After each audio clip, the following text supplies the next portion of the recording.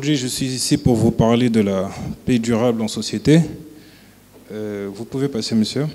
Donc, lorsqu'on parle de paix durable en société en Afrique, nous tous, on a cette tendance à penser à Nelson Mandela, une personne qui a toujours participé à la paix durable en société, une personne qui a pu réussir en réalité à pouvoir mélanger ou bien avoir mixé deux comportements humains différents, c'est-à-dire qu'on a eu le problème à l'apartheid où il y a eu des blancs et des noirs. Il a été une personne qui a réussi, tout en sachant que ce qui influe le comportement humain, il y a beaucoup de choses qui influent. Il a réussi à instaurer une paix au sein de son pays. Il y a aussi une autre personne que j'aurais aimé vous présenter qui s'appelle Albert Schweitzer, une personne qui a toujours tout fait pour qu'après la guerre, les Français, de même que les Allemands, puissent retrouver aussi la paix. Et donc, en quelque sorte, je pense que quand on parle de paix durable, vous devez tous vous dire que je vais vous parler, par exemple, de ces personnes-là ou bien de leur manière à concevoir la paix. Ben non, pas du tout. En réalité, lorsque je parle de la paix durable en société, je ne parle pas de la société en général, c'est-à-dire là où on trouve toutes les sortes d'hiérarchies, les dirigeants, les nobles. Moi, ce qui m'intéresse ici, c'est plutôt la paix durable dans la société particulière, c'est-à-dire les ménages, nos rapports personnels et aussi nos rapports professionnels. Comment est-ce que nous pouvons faire pour assurer une paix durable entre nous? Et donc, la première question à se poser pour moi, d'abord, c'est qu'est-ce que vivre en paix dans une société? Et pour plusieurs, ils vont se dire que vivre en paix en société, c'est par exemple être dans la paix, vivre dans le bonheur, vivre dans la joie, ou bien aussi pouvoir partager nos connaissances dans le calme. Et bon, vu que je suis économiste, je vais prendre le vocabulaire de l'économie pour définir la paix à ma manière. Et pour moi, la paix, en réalité, c'est cet instrument que tout un chacun de nous utilise pour ne pas être un obstacle à son prochain pour qu'il atteigne son objectif.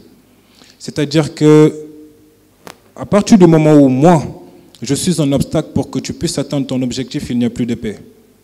Et comment est-ce que moi, en fait, je ne peux pas être un obstacle pour que tu puisses atteindre ton objectif de même que toi?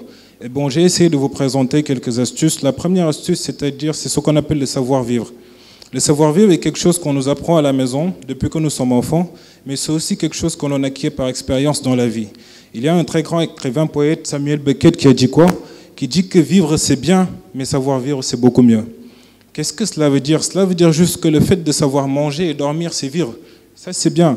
Mais le fait de savoir parler, le fait de savoir communiquer, le fait de savoir vivre avec son prochain, c'est ça qu'on appelle savoir-vivre.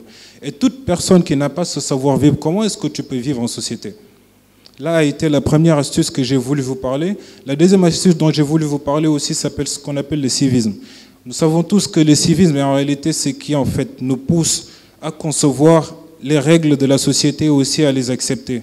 C'est-à-dire avoir la capacité de pouvoir accepter et d'être fier des conventions qui nous régissent par rapport, par exemple, à un territoire bien précis ou bien par rapport à notre pays.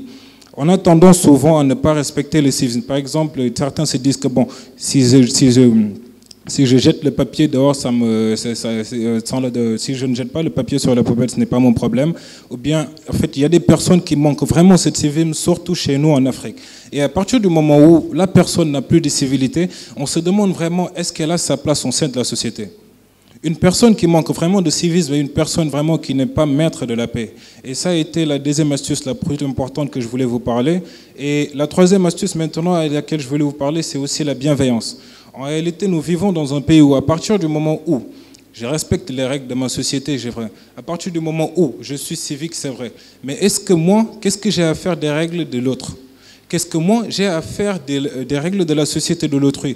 Qu'est-ce que moi, en fait, j'ai à faire à comprendre l'autre? Et c'est ça qu'on appelle précisément la bienveillance, c'est-à-dire la prise de hauteur. Comme par exemple, moi, je viens du Sénégal, j'ai une culture différente, je suis régi par des règles différentes. Mais à partir du moment où je suis à ce PMTI, je suis obligé d'accepter mes règles et tes règles. Et c'est ça qu'on appelle la prise de hauteur et c'est ça qu'on appelle la bienveillance.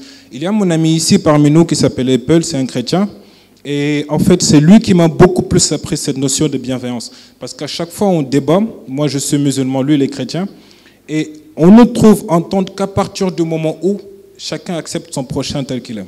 Mais à chaque fois que chacun essaie de tirer sur son bord, on n'est jamais en paix. Et c'est ça qui m'a appris réellement que la bienveillance est une chose particulière qui nous aide à vivre en paix dans la société. Et donc, je vais vous laisser quelques phrases. La première phrase, à savoir que souhaiter à son prochain ce que l'on souhaite à soi-même nous donne la paix. C'est-à-dire que pourquoi Pourquoi en réalité n'avoir pas l'intention, si à partir du moment où on a l'intention de vivre à paix, pourquoi est-ce qu'on ne souhaite pas à notre prochain ce que l'on nous souhaite à nous-mêmes? Ou bien la bonne question à se poser, ce serait comment souhaiter à notre prochain ce que l'on nous souhaite à nous-mêmes? Il faut d'abord se faire quelque chose dans sa tête. La première chose, c'est de ne jamais juger personne. La première chose aussi, c'est de ne jamais médire sur autrui. Car il faut se dire que à chaque fois que je pointe du doigt une personne, j'ai oublié que je m'en suis pointé 3. Et donc, il faut se souhaiter d'abord à son prochain ce que l'on souhaite à moi-même pour pouvoir garantir une paix. Et ensuite, il y a ce qu'on appelle l'amour. Vous savez tous qu'en fait, l'amour, aimer son prochain tel que l'on s'aime soi-même, en fait, c'est ça qui garantit la paix durable. Pourquoi? Parce qu'on dit souvent dans la Bible, je pense, que la loi de la bienveillance, c'est la loi de Dieu. Et que la loi de Dieu, c'est la loi de l'amour. Et donc, il faut à tous, autant que nous sommes, savoir que pour vivre et avoir une paix durable, il faut que l'on s'aime entre nous-mêmes. Et je pense que maintenant, je vais vous laisser avec cette phrase qui dit que là où il n'y a pas de paix, il n'y a pas de vie. Et ça, c'est une phrase que j'ai voulu vous présenter, parce que pour moi, ce qui est plus important dans la vie, c'est la paix en société. Ce qui est plus important dans la vie pour moi, c'est de vivre dans paix parmi nous tous. Merci beaucoup.